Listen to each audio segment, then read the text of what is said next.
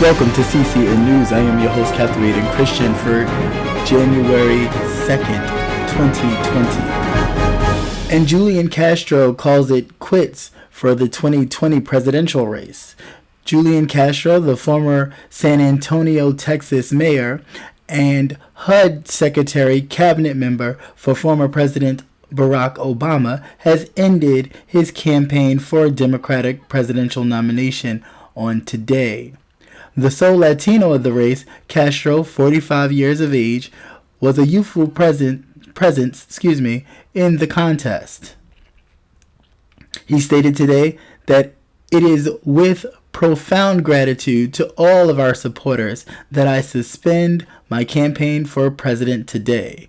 Castro tweeted, "I am so proud of everything we've accomplished together, and I'm going to keep fighting for an America where everyone counts.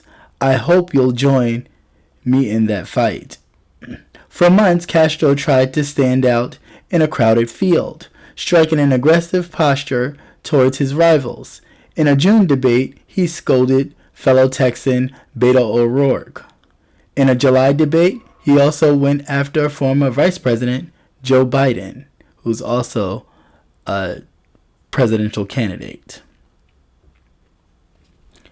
In other news,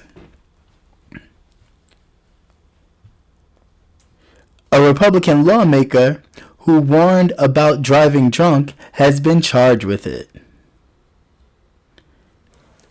In Victor, New York, a top Republican in the New York State Assembly has been charged New Year's Eve with driving while intoxicated in his state-issued vehicle, just a week after he wrote in a new newspaper column warning citizens against getting behind the wheel drunk. Brian Cobb, a Republican from the Canandaigua who represents a district just outside of Rochester, New York, was arrested near his home after what he called a lapse in judgment. Authorities said that there was a call to a crash in Victor just before 10 p.m. after a vehicle ran into a ditch. Cobb was found to be the driver of a 2018 GMC Arcadia that crashed in front of his house.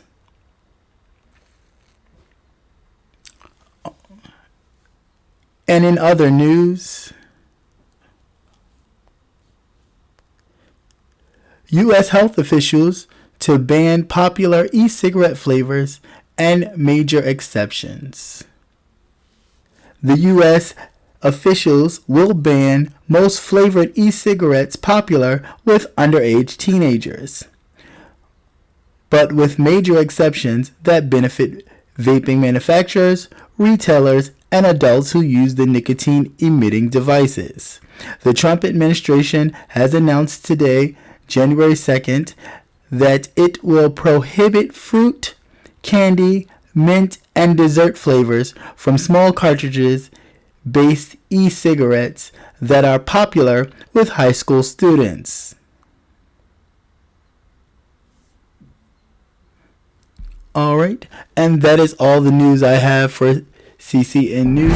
Please stay tuned for any updates. As always, be the change you want to see. And please like, share, and subscribe. Once again, thank you for listening and watching CCN News.